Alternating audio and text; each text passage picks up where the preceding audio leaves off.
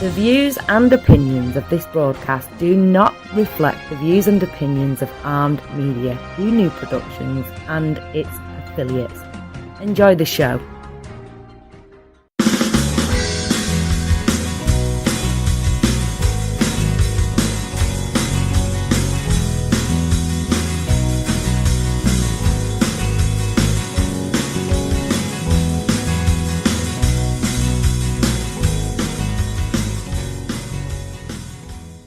Good evening and welcome to the Leadership with Biana Kovic show. And thank you for being with us. Our topic, leadership, focuses on leaders such as yourselves. We believe that leadership is a skill that can be learned through practice and awareness. Our very special guest is Lousin Mehrabi. Lousin is a certified professional negotiator, executive coach, and a trainer. She delivers trainings on complex negotiations, emotional intelligence, and leadership worldwide.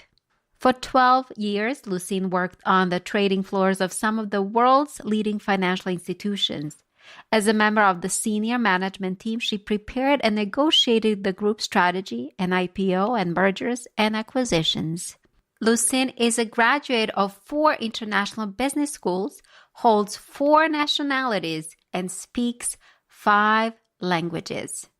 Lousin, welcome to the show. Thank you for having me. Lousin, you are the corporate trainer, executive coach, and a certified professional negotiator. And I was wondering if you can tell us a little bit more about what you do. Yes, sure. So indeed, I'm a certified professional negotiator, executive coach, and trainer, and I deliver masterclasses and advisory coaching in complex negotiations, in leadership, and emotional intelligence. And you're conducting the complex negotiation in the Middle East. Yes, exactly. So I'm part of an international network of negotiators called Pacificat Network. Pacificat Network has been launched by 2 professional negotiators. They're among the best in the world, Laurent Combalbert and Lousin Mehrabi. They are 2 French professional negotiators who, on a daily basis, negotiate very high-stake negotiations such as terrorism or suicide or hostage negotiations, and as well as, corporate negotiations and all that stuff.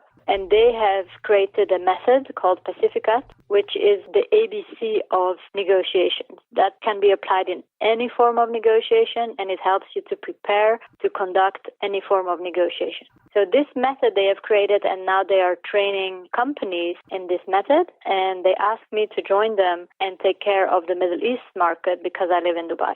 When I read about you, I found it so interesting because women leading negotiations in Middle East, for me, it's very interesting. So can you tell us a little bit more how people react to you as a woman who's leading these complex negotiations? I've always been in my career part of the minority of women. My first career was in finance. I've done 12 years of investment banking where I was working on the trading rooms of some of the world's leading investment banks. So that's also rare to be a woman in that world. And then I was negotiating with the stock exchange or with financial regulators. And again, one of the few rare or only woman on the table. So I'm kind of used to being the only women on the table or one of the few. And in negotiations, it's the same. Did you know that naturally women tend to negotiate better? Like statistically, women negotiate better. However, when you look at the percentage of professional negotiators, you see that only 10% is female. So only 10% of women are professional negotiators where naturally they negotiate better. So that's an interesting fact that I want to help change. I think women don't allow themselves to take on a kind of male role, or which are defined as male roles, but without a reason. I mean, women can negotiate very well, and we should definitely change that gap, that big difference in the professional negotiation world. My question also is, it's not U.S. that you're negotiating, but it's Middle East, where men are very powerful. And women really don't have a voice, or they're struggling still to find a voice. What is the reaction when you walk in and then you are the one that facilitates the negotiation? And I assume you're doing it among, as you said, among many men. But in that particular culture, what are the reactions that you're getting? Well, in Dubai, I haven't noticed any disadvantage in being a woman yet. They've always treated me with respect, and although we can think that it's a Middle Eastern country and the gender plays a big role, I have the impression that they look more at really your experience, your background, and seeing that, yes, I am a woman, yes, I have a Middle Eastern name, but I grew up in the Netherlands and France. That's where I studied, and that's where I became a professional negotiator. That's where I did my career in investment banking. And then they're like, okay, she knows what she's talking about, and then it's okay. So the fact that I have the credentials, the experience, overlaps the gender, I would say. So I haven't had any bad experiences at all. I do believe, of course, it will happen in settings where people will say, I don't want to negotiate with a woman. But that even occurs in Europe, and then we can find a solution around it. You mentioned that you're using a particular method when you're negotiating, and I was wondering if you can share a little bit more about the method. Yes, absolutely. So the method is called Pacificat, where, again, when the method was created, it was Pacific for the word Pacific, saying if you know how to negotiate, you can solve complex negotiations without the use of arms, without aggressivity, etc. And this method was created by the two negotiators I just told you about. And one of them used to work for the RED, which is the elite branch of the French National Police. And there he helped create the negotiation branch, because before that existed, when there was someone that they wanted to capture or someone behind closed doors, they would just break the door and go in. And then this negotiation unit was created, and within only several years, they went from a success rate of 30% to 80%, where the use of arms wasn't needed anymore. So by using negotiations, they could solve complex situations without using guns or arms or violence. And that's really a fascinating fact and percentage. And that is also what inspired me to work with them, because we truly believe that the world would be a more pacific place if people negotiated better. And what is a better negotiation? Like, are there steps? Yes, Pacificat, each letter stands for something. So the P stands for power and leadership, etc., etc. And it's kind of a checklist that you go through when you prepare a negotiation, and you go through each step.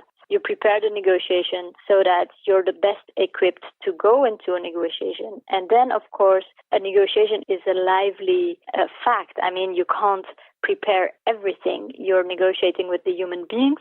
Human beings are extremely complex and unique and singular. So each negotiation is different and unique, which makes you want to adapt, right? But having a method like this at least allows you to prepare so that you can improvise during. And you do more of a business negotiation, right? Yes, the experience I have in trading room is more commercial and financial negotiations. So I've done negotiations in mergers and acquisitions, or preparing an IPO, or simply negotiating contracts, or pushing forward our ideas in a more lobby setting. And that is what I do. Yes, I haven't done any hostage negotiations yet. It's more commercial and business, yes. So would you say if you were to do in a future hostage negotiation, would you say that you would need additional skills to do it, or with whatever skills you currently have, you would be able to transfer to any other negotiations? If it's a real life or death, I wouldn't do it. If you want to be a good negotiator, one of the forces that you need is to be humble and to know, okay, when can you handle it and when you can't. A few months ago, I had my first suicide negotiation. And that was very scary. I had one of my clients calling me and saying, Luz, I have prepared everything. Everything is ready. I'm going to go. And I didn't understand what he was saying. So I called him right away and he didn't answer. So I sent him a WhatsApp message and he was responding to that. And he explained to me that he was just fed up with life, that he had tried a lot of things, nothing worked. And he had a lot of financial problems and he simply wanted to leave. So he had prepared a letter for his wife saying whatever he wanted to be done with his body, etc. after his death. He was very serious and he was determined to end his life that day. However, the fact that he sent me the message before doing it gave me hope, saying he does want to talk. Mm-hmm. And he didn't answer the phone, but he did answer my WhatsApp messages. So I went home, connected the phone to be sure that I would have enough battery, knowing this would take a long time. And we sent each other WhatsApp messages during 2 hours. For 2 hours, we talked about everything, about why he wanted to do it, what he was leaving behind. And after 2 hours, he decided to go back home and not do it. And so I was extremely stressed, wasn't expecting it. And that's also the thing with negotiations. Sometimes you just have to go. So, of course, if there is a hostage and there is no professional negotiator around, I would definitely go and feel ready to do the first step, to connect with the hostage taker, to establish a relationship till the police comes in and takes it over. You know, I studied mediation, and I would be curious to know, what is the biggest difference, in your opinion, between mediation and negotiation? The biggest difference is that when you're a mediator, you don't choose sides. You're in the middle and you help to find an agreement where both parties are happy, but you don't have a preference for one of them to win. And Pacificat is a powerful method that is also used by professional mediators. They use the same methodology, they use the same steps to conduct mediation. So the method is applicable for both, but the main difference is that as a negotiator, you work for one party and you do choose which party you want to win. Of course, the goal is to satisfy the needs of both parties. For me, that is a successful negotiation, that the needs are met, but as a mediator, there's also the aspect of the law and, the mediator coming in and having even legal power, which is not the case for the negotiator. So we help our client get the best deal possible while respecting the needs of the other party, but we do choose sides. Mm-hmm. Interesting. When I was trained as a mediator at Columbia University, they constantly told us you have to stay neutral. So how do you stay neutral when you negotiate? Or do you want to stay neutral? You don't. That's the difference between negotiation and mediation. You, as a mediator, you stay neutral. As a negotiator, you are defending one party and you want that party to win. And when I say win, I'm not talking about a situation where one wins and the other loses. That's not the goal. As a negotiator, you want the needs of your client to be met and get the maximum out of it that is possible, but by respecting always the other party and getting their needs met as well. And it's the same as for a lawyer. When you're working for a client, you want your client to win, and that is with negotiations. But then again, there are, of course, a lot of things that are the same, and the methodology can be used to do both. But personally, knowing myself and my personality, I know I'm a better negotiator than mediator because I naturally tend to choose sides. Yeah, I agree. I think it does go along with your personality because, personality sort of dictates how you behave in the environment. Yes.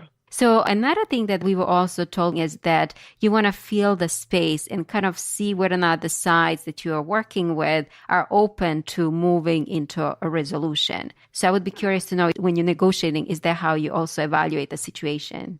Absolutely. It's very important to understand what the needs are of the other party because they always come with something that they want, but that's not necessarily what they need. And that is one of the main errors that many people make.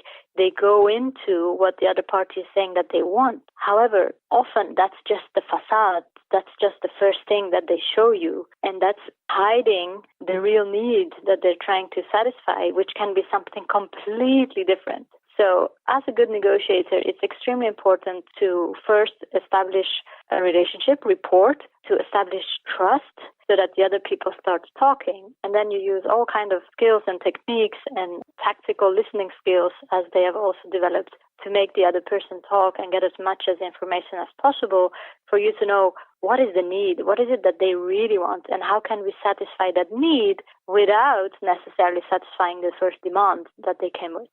And in terms of the time, how do you pace your timing and how do you know, okay, it's time to wrap up this deal or not? Oh, that depends on a lot of factors, also on the urgency. If we're talking about life and death, if we're talking about a commercial contract, if we're talking about a contract of a few $1,000 or a few $1 million, that all determines the pace. And also in terms of culture, in some cultures, negotiations can go on and on. In other cultures, it's very short and straight to the point. I grew up in the Netherlands, for example, where we are extremely direct, and there it's shorter. So it really depends on the negotiation that you're dealing with. I've had contracts that I've negotiated for over a year, and then I take negotiations that just lasted a few hours because the decision maker was only available in a short period of time and wanted to make a decision right there and then. So it really depends on what kind of negotiation it is. And it's so interesting because I grew up in Serbia, so we also direct folks. So most of the time I was always told I have to pull back my directness and let the situation unfold. So how do you deal with folks that are not as direct? Well, that's all part of the first few questions that you ask to get an understanding of, okay, who is it that you're dealing with and what is their way of thinking? Are they direct and you adapt? Are they not direct? and you adapt also. So it's not that one is right and the other is wrong. I think it's extremely important to listen well, to establish rapport, to create a trusting environment, and to adapt to the other person. Because in the end, you want to satisfy your needs. You don't want to satisfy your ego, right? Mm-hmm, absolutely. So you mentioned the word humble, and I would be curious to know how this humbleness impacts leadership.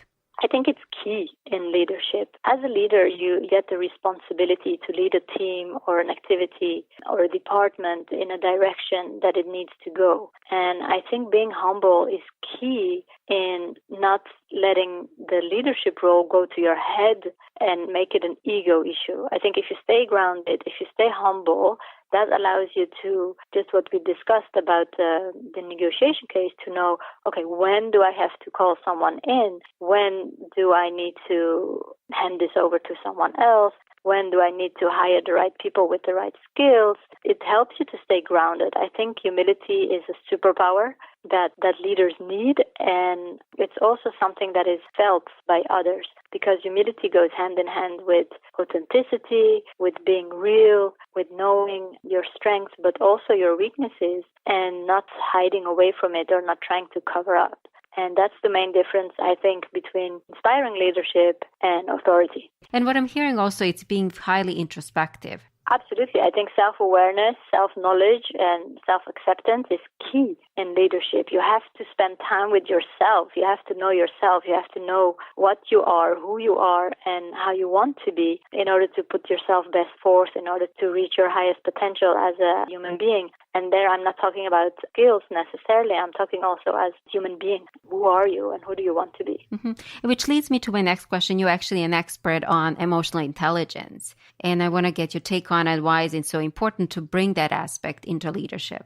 Well, what we just discussed is part of emotional intelligence. Self-awareness is part of emotional intelligence, and then that goes into self-expression. How do you express yourself, which then goes into relationships, what kind of relationships you have with others, how do you handle stress, how do you make decisions, and those are all key in inspiring leadership. Emotional intelligence is definitely key, and I think that's what makes the biggest difference between someone who is a leader because of the position they have or someone who is a leader because of their natural leadership abilities. And everything that's part of the emotional intelligence world comes there. That's the main difference. I also believe why when a company has to choose between two leaders, when there is a CEO position, it's the one with emotional intelligence that will win it, because they're the ones who can express themselves. They're the ones who make the right relationships. They're the ones who know how to put their best self forward, and they're the ones who know how to communicate. For me, you can't be a leader without a good sense of emotional intelligence. So what you're saying to us, there are two types of leaders. Leaders that might be good tradesmen and leaders that have a high sense of emotional intelligence. And if you want to choose one or the other, you would rather choose the latter. Yes. You know, something that's happening in the States, like it seems to me in leadership role, people actually go for the tradesman and then they hope that the tradesman will turn into a leader. What are your thoughts on that? Well, I think we have proof now with the President of the United States, right? I mean, he has the skills of a manager. I think Donald Trump has managerial skills. He can be a good manager and get things done. He says what he wants, he says what he does, and he just gets it done. However, in the way he communicates, in the way he inspires people, in the way he is authentic, there's so much to be said. And that is exactly the example between what I call a manager and a leader. You can be a leader without leading a team, and you can be a manager of 100 people or millions in the case of Trump without being an inspiring leader. So what you're saying to us, Trump is more of a manager. He's more of a task doer versus someone that is capable to set up an example and see that vision and communicate in a way that actually brings people together. When we look at his leadership style, it's more a one-man show. It's look at me, look at what I'm doing, and we forget that there is a whole cabinet, that there is a whole team, that there are many other people. It's all look at me, look at me, look at me. So if you're leading a team, how can you inspire if it's all about you? For me, inspiring leadership is not about the position or the role you have. It's about the posture. It's about how you talk. It's about how you inspire people. It's about legacy. It's about what you leave behind. It's about what you stand for. It goes way further than getting things done. Of course, that's an important part, but nobody got where they are without the support of others. So if you're incapable of motivating your troops, of inspiring your troops, of getting them to do things, for me, you're not a leader. You know, it's so interesting that you talk about posture, because what you are saying to us is think about the message they're sending out and how that message actually makes people feel and what is the impact that it creates among millions or among few that you are leading, right? Exactly. It's a posture. You have children who set up companies or initiatives, and now thanks to social media, they get some attention. And you see that despite their age, they are leaders. They are creating something. They're creating a movement. That is leadership. That is a posture. It has nothing to do with the number of people that you manage. Look at the inspiring leaders of all times. For me, those are people like Nelson Mandela. He was a leader by the way he was thinking, by the ideas he had, by the plans he had. Nobody was reporting to him, yet he was a leader. Look at people like Martin Luther King. He had millions of people follow his ideas. Nobody was reporting to him, but he was a leader. Same for Gandhi, etc. Those are, for me, true inspiring leaders who make a change, who come up with ideas, who are able to inspire, and they create natural followers. Those people don't follow them because they're afraid or because they want something from them. Those people follow them because they are inspired. That's what I call inspiring leadership. You know, I think in the States, because of the current political situation, there's lots of bullish leadership. What are your thoughts on that? What kind of impact that type of leadership have on folks that are working with people like that? Well, leaders who are bullying, who are putting others down in order for them to go up, for me, that's a management style, but it's not leadership. It's often to hide a lack of self-confidence. It's often to hide a lack of skills, which they don't have. So they let other people do the job and then take credit for it. I used to work for 2 managers who were like that, so I have the experience. And again, for me, that's a management style, a bad management style, but it's not leadership. If you're a leader, you naturally don't do that. And yes, these skills can be developed with emotional intelligence. And just so we clear, you can be a good manager, a positive manager. Not all managers are bullish. Yes, it's a management style, and then there are different management styles. And when you are an inspiring manager, that's when you become a leader. So in your opinion, then, what are the traits that a leader needs to have to be a truly successful leader? For me, what's key is authenticity, is being congruent, meaning whatever you say, whatever you do, and the way you do it is in line, which creates an environment of safety where people can speak up, where people dare to make mistakes, where people dare to be themselves and put their best self, where people dare telling you that they don't agree. If you're, as a manager, as a leader, able to create an environment that is safe enough for people to speak up, that's where they will give their best self. And as a leader, you have to always keep the strategic vision of where are we headed and be able to make decisions without having all the information that you need. So all those things combined make a good leader. Are you able to inspire people? Are you able to create an environment of trust? Are you able to lead the troop? Are you able to make difficult decisions? And are you being authentic during the entire process? So, you know, authenticity is a very interesting word for me because nowadays, for example, looking at our president, he says, well, I am a brusque person. I'm authentic like that. Would you say that if your authenticity is not aligned with the greater vision of the organization or the country, you need to re-examine your authenticity? Absolutely. That's an excellent question. Authenticity on its own is, of course, not enough. And that is something that we have to give President Trump credit for. He is authentic. And I think that is one of the things that people admire about him, that he is the way he is. You get what you see what you get, and he's not faking and acting. He is the way he is. This is the real Trump. This is the way he is. This is the way he thinks. This is the way he acts. So in that sense, yes, he is very authentic, and that is important. But that doesn't mean that the ideas are okay or that the actions are okay. But the way he does it in an authentic way, and I do give him credit for that. But what you're saying, ultimately, you need to change that. Once you take on certain position, you do need to re-examine your behavior and align it in a way so that it's more conducive to a greater good of all, right? Absolutely. When you're given a leadership position, it comes hand in hand with responsibility. It comes hand in hand with teamwork. You weren't put there alone and based on your own efforts solely, right? So it comes with a lot of responsibility. People are looking up to you to make the right decisions, to take them in the right direction, to inspire them, and if you're good, to get them along. But if you're there and just making the decisions on your own, extreme decisions, and making it a one-man show or a one-woman show, there are also female leaders who are not inspiring, then I think you miss the cause. Then I think the leadership role went completely to your head and to your ego, and then it's all about you and it's not about serving others anymore. For me, leadership is about serving. When you are given the responsibility, you need to act and you need to deliver and you need to serve. And if that's something you can't do or you can only serve your own purpose, that's the time to step down.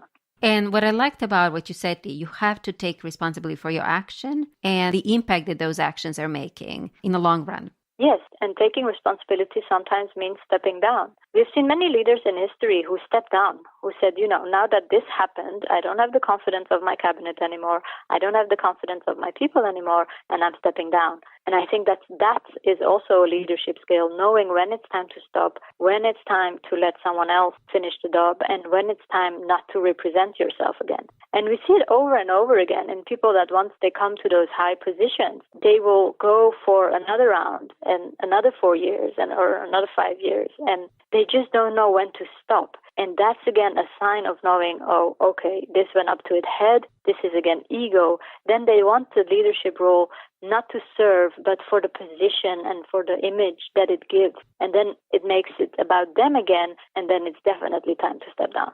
So do you believe that leadership can be addictive? Absolutely. I think leadership can definitely be addictive. But then again, it's when the people think about leadership as a position. As look at me, I'm the president of, and that can also be a corporation. And that's when it becomes addictive.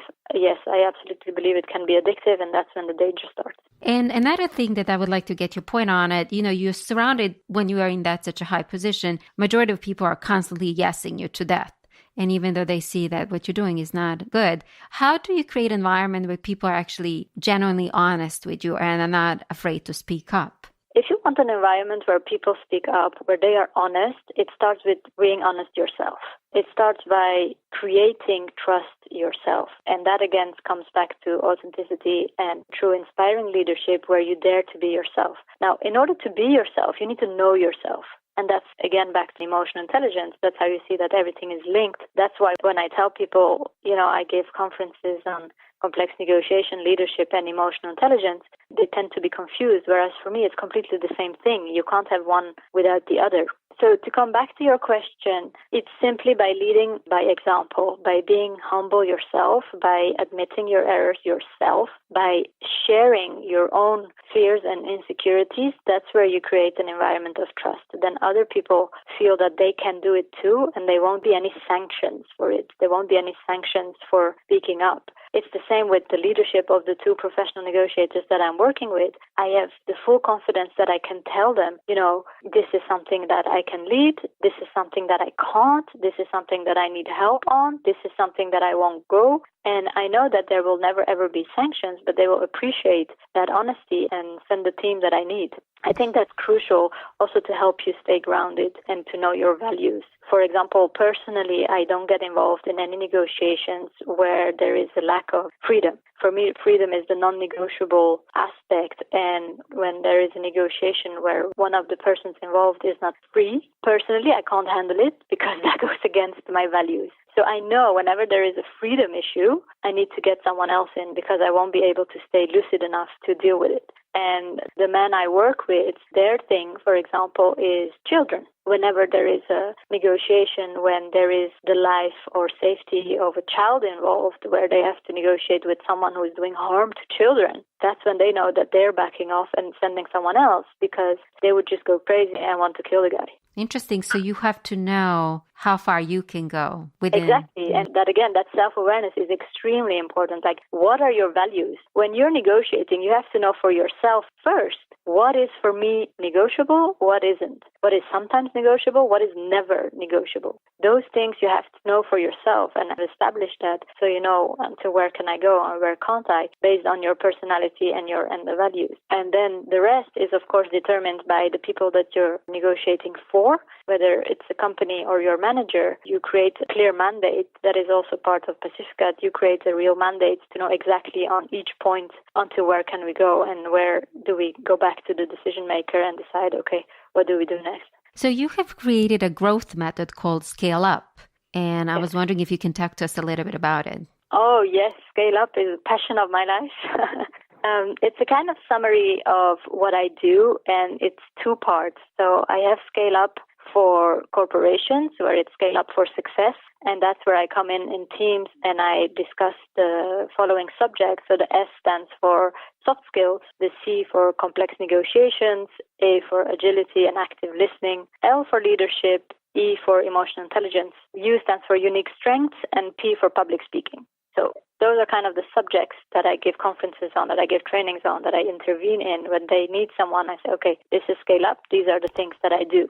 But it's interesting because what it sounds to me, it's everything is, as you said, everything is connected. You can't be a good leader unless you have emotional intelligence. You can't be a good leader unless you're listening. Yes, it's all interconnected, and it's all part of growth of an organization or of a person. But then when I do executive coaching with C-levels on one-on-one, when we take it further, so when we really deep dive into the personality and the strengths and weaknesses of an executive, Scale Up stands for something completely different. Then Scale Up stands for the S for self, where again we take accountability for who we are as a leader and what we do. Because when someone comes to me and says, Luz, I want to be coached by you, I ask them a few questions to know if they're coachable. Not everybody can be coached. Not everybody wants to change. Not everybody wants to take accountability for where they are in their lives. And that's where I have absolutely nothing to do. If you don't take accountability for who you are and where you are in life, I can't take you any further. So that's definitely step one, and that is the S for self. Mm-hmm. You know, some people can say I'm a coachable person, but internally they might not be coachable. What are the indications? Well, it's very simple. They come to me with an objective, right? I want to be coached because I want to do ABC. And then I ask questions like, why haven't you done ABC yet? What has prevented you from doing it? How come you're not there where you want to be yet? And then if I hear them say, because of my husband, because I have children, because of the economy, then I know, okay, that's where I need to dig deeper. However, if they are aware that all those things are excuses, that they talk about because I didn't have the self-confidence to do it or because I didn't believe in the ideas, that's where I know, okay, here we can work on. And then it's also in terms of time and involvement and money they want to invest. And I never do coaching session of just once. I just don't do it because it's a process. People are growing. It takes time. You can't undo something that you've been doing for 40, 50 years in one session. So I created packages of 3 to 4 months. And again, if they say, oh my God, 3 months, and I'm like, yeah, and that's the minimum, then I also know that, okay, these people want a quick fix, which I don't believe in. And those are a few questions that I always ask to see if someone is coachable, if they take the accountability for who they are and where they are. Interesting. And you know what I experienced, I had many coaches too. You have to have that level of chemistry, I think it's the word, with your coach, because if you don't, it becomes a mismatch. It's extremely important to have trust in the coach you're working with and to establish the right relationships, because we go so far in coaching. I mean, I've had people who tell me things that even their own partners don't know. I've had people sharing things with me that I had tried to hide for years or decades. It's very intense. So yes, the trust is extremely important. And I also tell people when they come to me for coaching, I say, have you talked to other coaches? I advise you to go talk to other coaches to kind of feel who do you think is the best person to expose yourself to, because this is going to be deep and you definitely want to have a trusting person that you can open up with, because, I mean, the more you share, the further we can go. And also, just so we are clear, coaches are not doctors, right? So if someone has a mental illness, you don't fix that, right? Yes, coaches are not doctors. Of course, there are coaches who are both, but that's another story.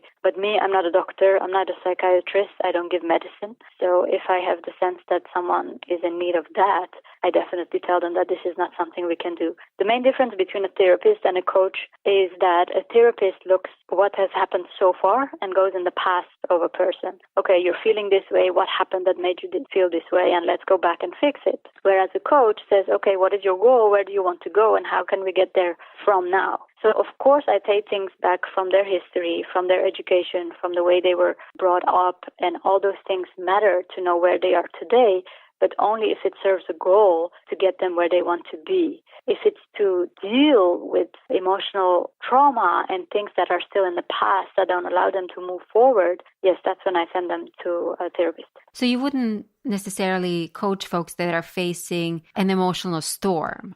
Well, everybody has emotional trauma, and we do touch base on that. But if it's something that they're going through right now, if someone is extremely depressed, like diagnosed depressed, then no, I don't do it. It's not the right time, and you're not doing them any service, because I use a lot of, for example, personality analysis to determine what kind of personality they have. I use Strengths Finder to know, what are their strengths. And sometimes people are in a condition where they can't even answer those questions, where they doubt so much about themselves and their own capabilities that the coaching tools that I'm using won't even have an impact. Therefore, it's extremely important from the beginning to ask all those questions to know if someone is coachable, to see, is this the right thing for that person? Because again, as a coach, I'm there to serve people. So if I know they need to be served in another way than what I'm offering, then that is the number one thing I should tell them.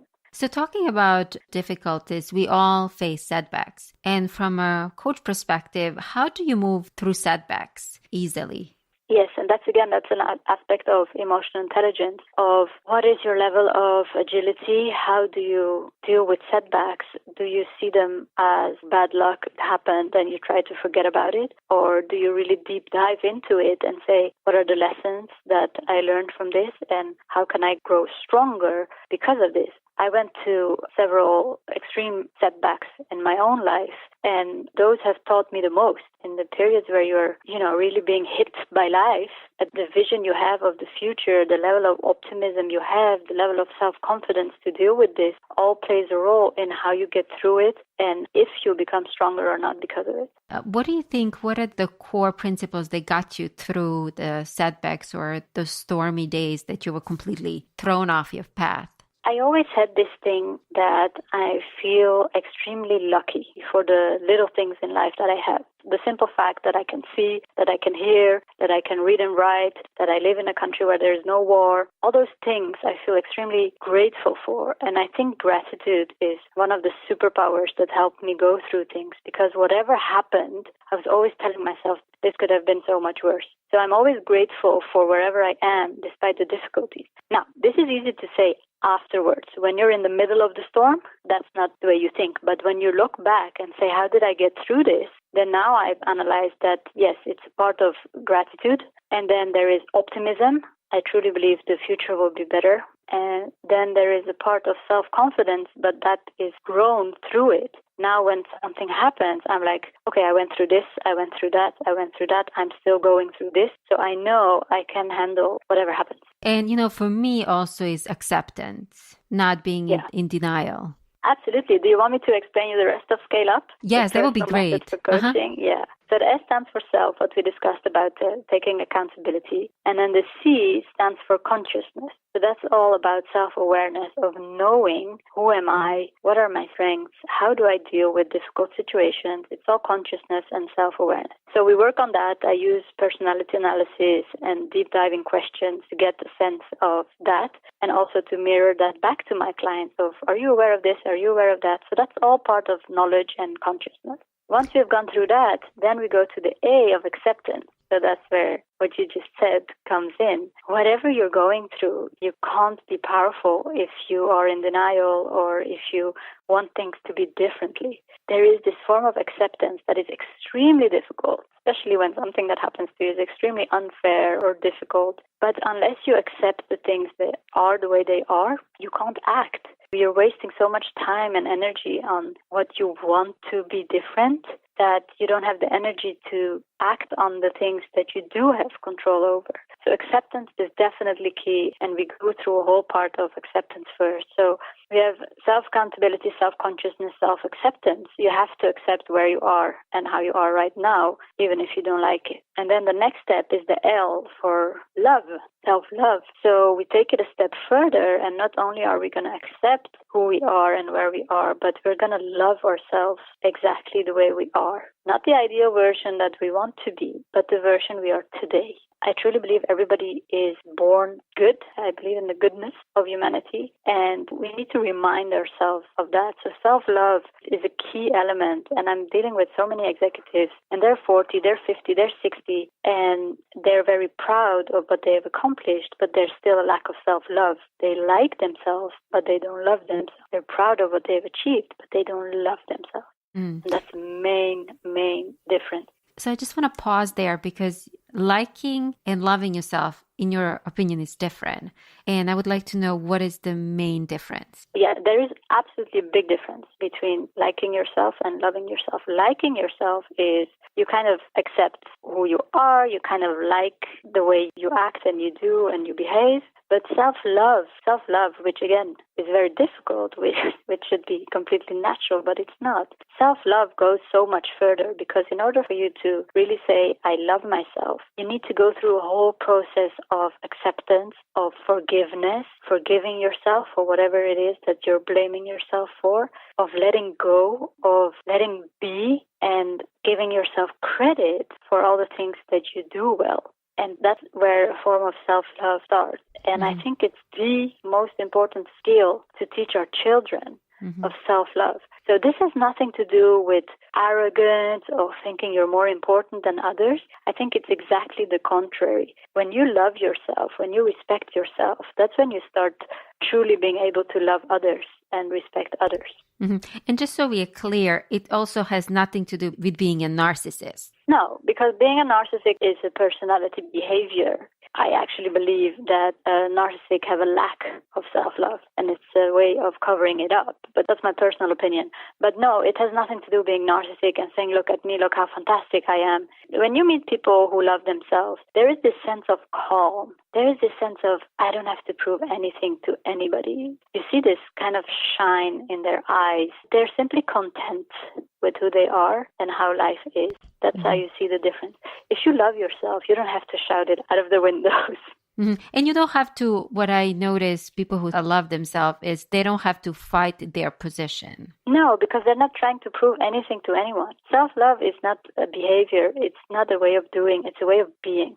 Yeah. It's very interesting. And then one more is left, right? One more letter, right? Yeah, so then we have the L for love, and then the E is for self-empowerment.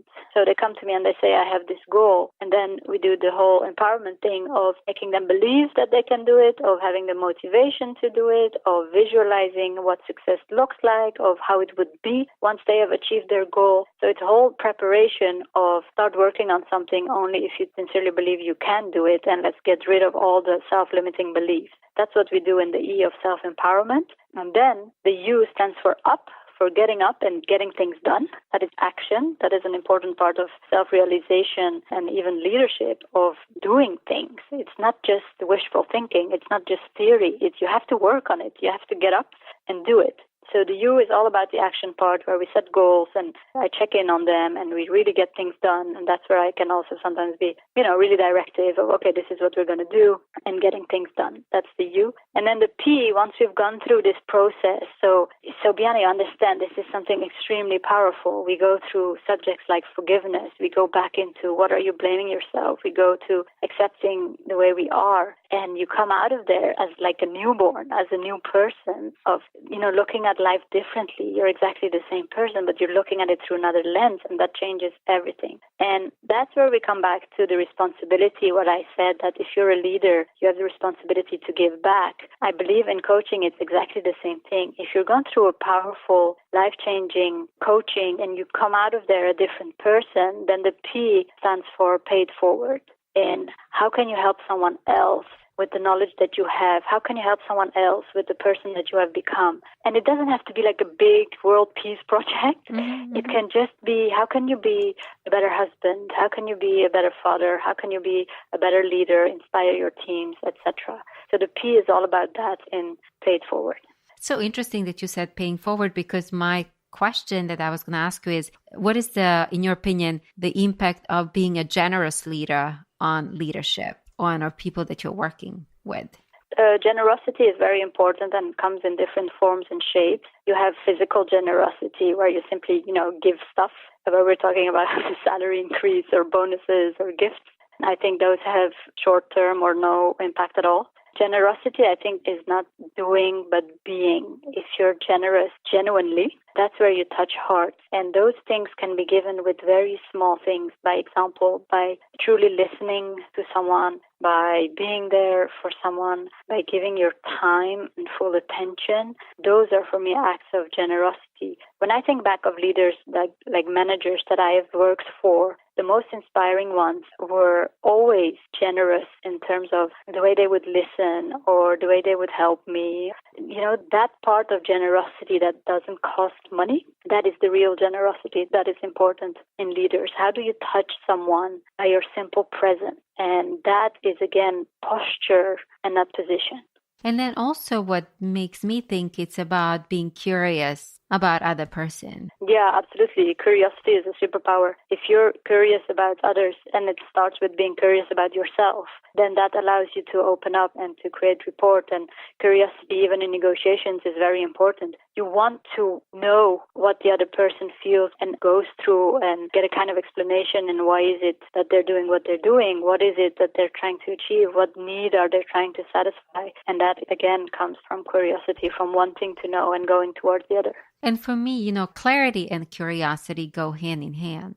Well, when you're curious, it's about the other person, right? It's about wanting to get to know them better and their motives. And clarity is important where you need to know why you want to know. And there is a goal and there is a need that you're trying to satisfy yourself. And by also sharing that clarity allows you to create the trust to say, we both have an objective that we can realize together if we are clear on our intentions and where we're headed.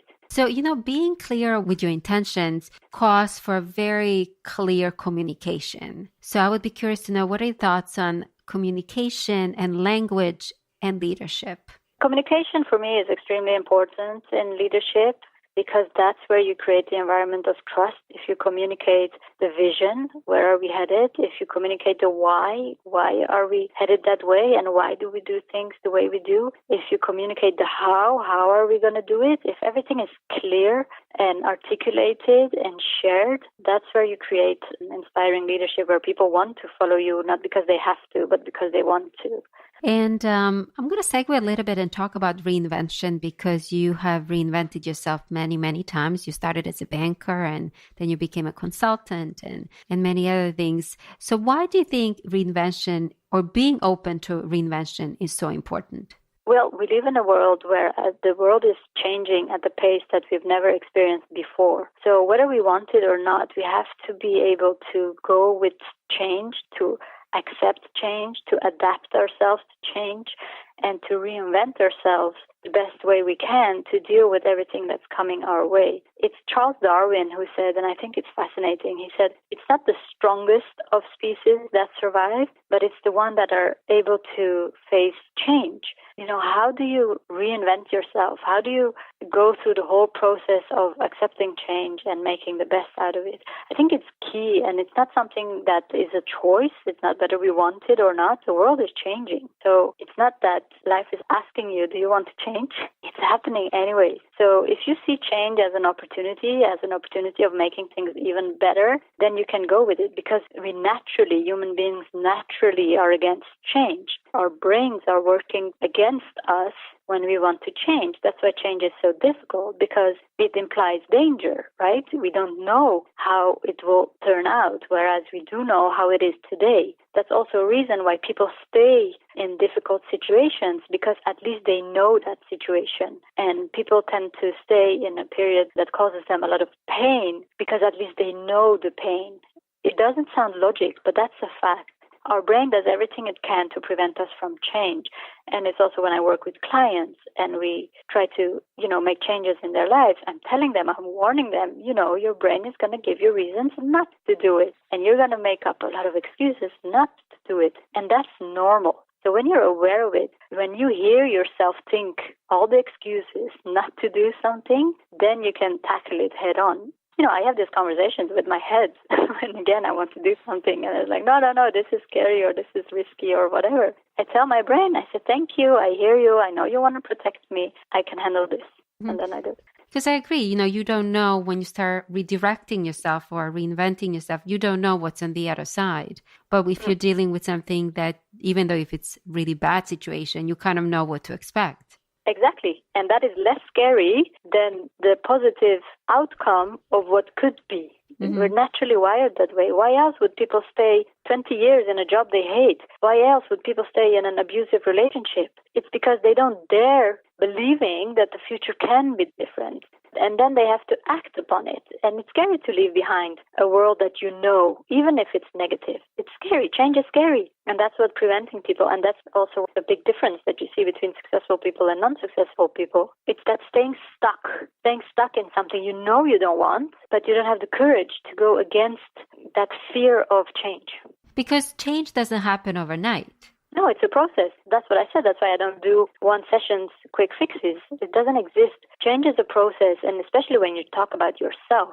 I mean, you've been talking to yourself in a certain way. You've been acting in a certain way. You have created the whole behavior patterns and thinking patterns, and those are not going to change overnight. However, when you're ready to go through the whole process of the acceptance, the forgiveness, the love, the empowerment, and then the action steps, then it's a step-by-step process, and it makes things a bit more clear, and it's kind of roadmap. It's exactly the same as Pacificat and negotiations. When you have this roadmap, these action steps, and a kind of order, then you have something to hold on to, and not to skip phases, and that it will take time. But then again, if success is at the end, it gives at least the motivation to go for it.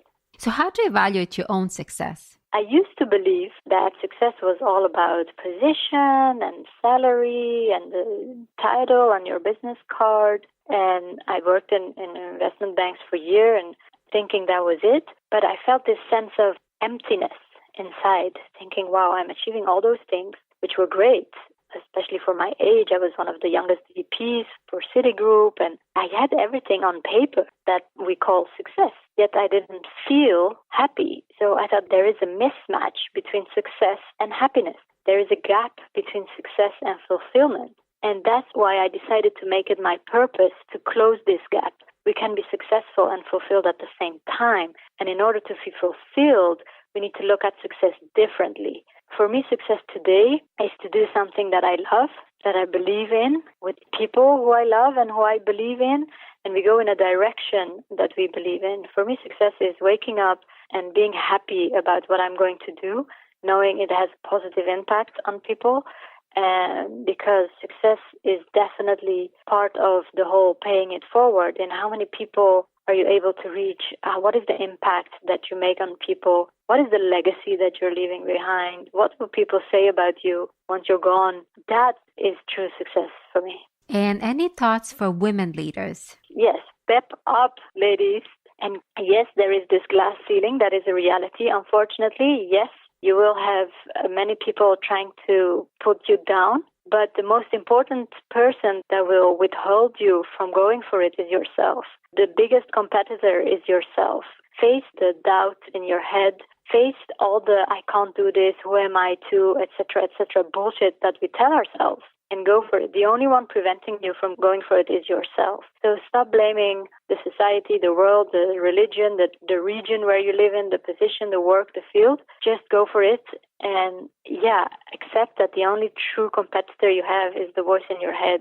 People will only give you what you believe you can handle. So it all starts with self-confidence, and those are things that can be built. So invest in yourself, invest in knowledge, surround yourself with other women who have done it to show you that it is possible, because it is.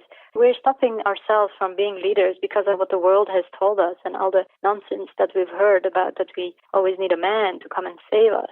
simply not true. And once you start believing it and you start acting upon it, then people naturally see you as a leader. And that brings all kinds of opportunities and possibilities. And you can change your life. Oh, absolutely. I've changed my life several times. I lived in several countries. I've done different kind of work. I've worked with different types of people. Change is also a choice. And again, your brain will do anything to stop you from it. But yes, it's possible. If you don't like what you're doing, start evaluating how you can get out of it.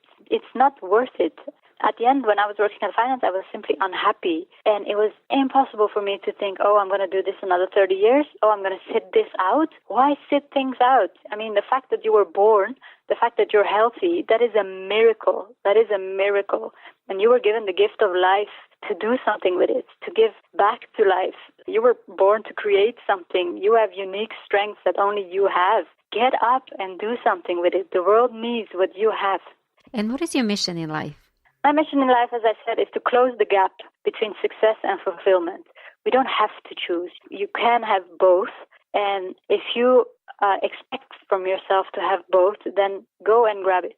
I want to close the gap between success and fulfillment in every aspect of life, whether it's happiness at work, whether it's a successful negotiation. Successful negotiation is when, you don't go off the table thinking, oh, I won at the cost of the other. It can go hand in hand. Yeah, close the gap between success and fulfillment. That's my mission. And do you believe that as leaders, we can change someone's life in just the 20 seconds? We can have an impact on someone's life in 20 seconds. Mm-hmm. Absolutely. That can happen with the smallest thing. Sometimes it can be just the way we look at someone, just the look we give to someone. If it's filled with love, if it's filled with confidence, that can change someone and inspire someone to make a change in their life. It can be through a hug, like physical contact. It can be by actively listening, by being there for someone. And that definitely can happen within 20 seconds. If I look back on people who have truly inspired me, it's sometimes just by being there, sometimes by one phrase they said, it's sometimes by the confidence they gave me, it's by believing in me. And all those things, they can even happen in less than 10 seconds. Any final thoughts? My final thought is, this is inspiring me to go on and keep doing what I'm doing. I mean, there are so many people unhappy unnecessarily that they just don't have the tools, they don't have the confidence, they don't have the right people, but everything is out there. And now with social media, we have access to so much information, we have access to so much knowledge that our parents didn't have access to. Use it. We're living in this great period for self-actualization, for self-development. Go spend some time with yourself. Who are you? What do you want? Why were you born? What is it that you want to do? What is the impact you want to have? Who are the people you want to help? And yes, you are important. And yes, you can do it. And yes, the world needs you. Go for it. How can people contact you or learn more about you? People can reach me through LinkedIn. I'm quite active there, and just send me a message on LinkedIn and me or someone of my team gets back quickly. Thank you so much, Lousin, for being a guest on the show. Thank you, Biana, for having me. It was a great pleasure talking to you.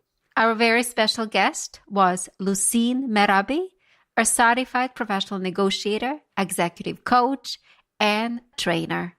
And with that, thank you for tuning in and listening to the Leadership with Biana Kovic show. If you like the show, please follow me on Twitter, Facebook, LinkedIn, or Instagram. You can also listen to the past episodes and subscribe to my Leadership with Biana Kovic YouTube channel. I wish you a wonderful evening. Until next time, thank you again and have a great night.